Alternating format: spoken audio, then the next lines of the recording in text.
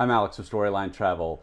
Today we're on the beautiful Silversea, and I'm working with one of our preferred partners, with Hunter here from Silversea. We're going to ask him a few questions and talk about Silversea in general, as well as our experience while we've been sailing the Caribbean. So Hunter, welcome. Thanks so much. Thanks for joining me. Love it. We've had such a great week. Really appreciate you hosting us. And I just wanted to cover a couple of high-level topics with you that we can talk and hear from Silversea, some of the questions that we have and some of our clients have. So the first one, really big one. So you have a couple of competitors in the industry, but what's the value of Silversea to our clients? Why would we pick Silversea over a competitor? Well, why not? I think you've been here all week. No. No, to your point, there's so many other great, incredible brands out there doing what they do best. But what we do best at Silversea really is see everything. So this year we'll see over 980 ports of call, which is twice as many as anybody else. When we do the quotes, kind of normal been there, done that places, we do them in a different way. When we go to London, we go under the Tower Bridge and dock in downtown. So we're able to do just some different things like that. There's other things such as everyone has a butler at Silversea. Every level of suite on Silversea has a butler, which nobody else has. There's so many differentiators, and I'm sure you've seen them this week. Yes. But really, our two biggest, it's really about destination for us. Because we all have nice hardware. All of us, Silversea, Right. our competitors, there's a lot of great hardware out there, but that's not what people are really here for. You can get that anywhere. It's all about where you're going and what you want to see. Okay, and I can agree with that. We have clients who have sailed South Pacific, absolutely love it. Obviously, we're in the Caribbean, which is great. We'll get to some other really cool destinations in a minute, but I want to follow up on the Butler.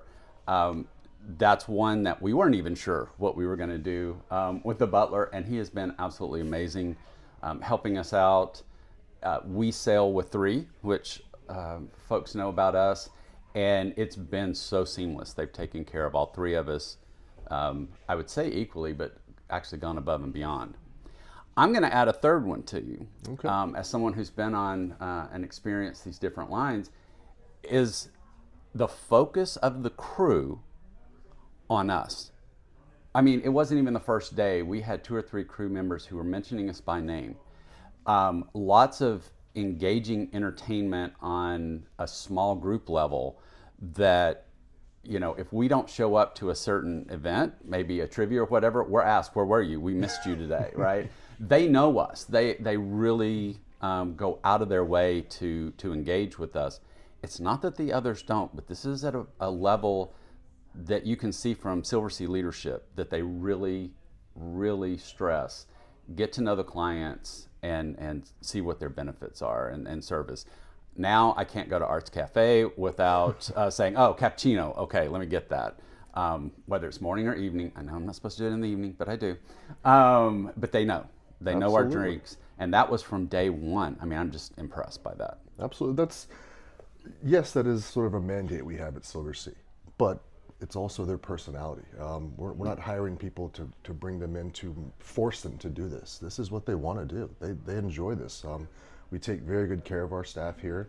And maybe I should have mentioned this as a differentiator in the first question, because it is a big difference. Yeah, it is. I've been on several other cruise lines and it hasn't been the same. Maybe I'm a little biased, but I find our staff to be truly anticipatory. And as you mentioned, little things like they just figure out what you want. Like, I'll have a bowl of mixed nuts and I keep eating the cashews only. By day 2, it's just cashews in there. Things like that. And it's happened again on this trip. I use that example a lot, but it happened again on this trip as well. It's what they love to do. And I've got to mention this, I'm sorry. Yeah, We've go got ahead. several staff members, and this is really the only time I've seen this.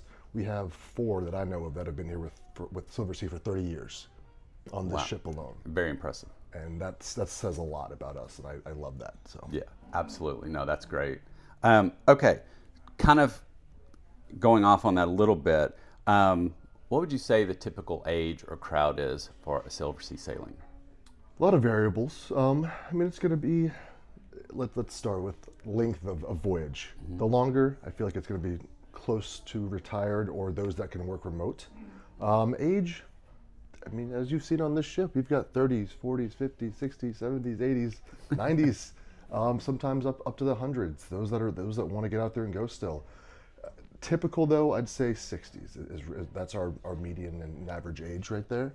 But it also skews based on where we're going. So Alaska, Galapagos, some of these more adventurous places, even the Caribbean from time to time. It just depends. They can skew younger. Yeah, and I've actually noticed that on this one. So I would agree with the 60. Unfortunately, fits my age demographic perfectly. But I would agree with that. However, on this sailing, we have several multi-generation families. A lot of our clients are multi-generation families. And I know of at least 5 or 6 tweens to early teens that are on board. And there's been a really engaging kids program. They haven't been disruptive. They have been entertained. I'm a little more aware of that just because I have multi-gen families that might like this sailing. And then of course some 20 and 30 somethings, because I still think I'm 20 or 30 when I go on excursions. So I like to hang out with the young people and feel young. Absolutely. So here it is. It is the holiday season, so I know that plays into it a little bit. But I was impressed not just with that age group, but also with the activities they had to do. They weren't bored, so you could put younger folks on a Silversea. But in general, yeah, it's going to be that near retirement age. That's what we've seen. All right, Absolutely. last question. You kind of brought it up, so let's go ahead and talk about it. We're on a traditional classic cruise, right? And Silversea does that. They do it very well. They also do something really special because you go to all 7 continents and you do expedition. Give us a high-level sense of the difference between a traditional cruise and an expedition cruise, because I know there are a few things. Just a few. Really, so we've been sailing at Silversea for over 30 years, and expedition for 17 or 18. I want to say 18 now. So we truly were the pioneers in blending true expedition and luxury. Because before, if you wanted to do expedition in Antarctica, the Arctic, Galapagos, wherever it may be, you were roughing it. And we decided that we should blend these two. So we don't sacrifice the expedition part, which is really important. I like to focus on that because some people think, oh, it's Silversea, it's got to be expedition light. No, we're doing what everybody else is doing, all the true expedition companies. So I like to focus on that. But the biggest difference is it's a lot more of go, go, go. Here we can relax by the pool, which I seem to have been doing a lot this week. You can really do whatever you want. Come up here to the lounge, to the library, and relax. You can do that on expedition, but that's not what you're there for. The idea is to get up, eat breakfast, hit the Zodiacs, get on land, get out there, see wildlife, see nature, get your boots on the ground, and go. Get back on the ship for lunch, eat some amazing lunch from something local, change locations, and then go back out again. That's what it's all about. Zodiacs, getting out there and just exploring. Yeah, and I've had some clients that got the opportunity to do Galapagos, and their feedback to me was it was a little nerve-wracking before the sailing because they wanted to pick their excursions, and expedition doesn't play that way. You have to get your excursions that day because of weather, because of many environmental factors of an expedition cruising. But once they got on board and they could raise their hand and say, yes, I want to go snorkeling, or yes, I want to go sit with a blue-footed booby, they were able to do it. They enjoyed it. They actually said we were glad we couldn't pick before because we did so much. We were so tired that there were things we thought we wanted to do. We never did because we were exhausted, but we came away with such an appreciation. And you mentioning Silversea being, that high level luxury experience and still getting to go to these remote destinations, something that is very unique in the industry because most of the expeditions are going to be more scientific focused. There's a client for that. I've got a few of them. But if you just want to experience it and do it in the lap of luxury, I think Silversea has a really compelling offer. I agree. Galapagos is my favorite trip I've ever done. That's on my bucket list for sure. Well, Hunter, thank you for your time. I appreciate it. We're going to wrap up there. We could go for probably an hour easily talking questions. Hope this gives you a sense of what Silversea has to offer. If you like this interview, and maybe you're considering a river cruise, I want you to check this one out. And at Storyline Travel, we believe every adventure is a story waiting to be told.